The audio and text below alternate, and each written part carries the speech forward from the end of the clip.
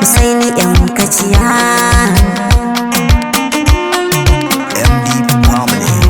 Baba ina yini, ga kuɗi na akai mini, yarinyar ce mini kar ai aikin da na sani baba.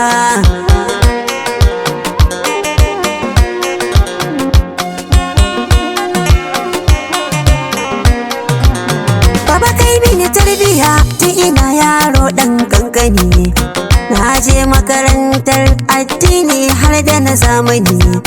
Yanzu na gama wannan na kama sana'ar zamani. Baba sai dai aure ya rage yanzu za kai mini.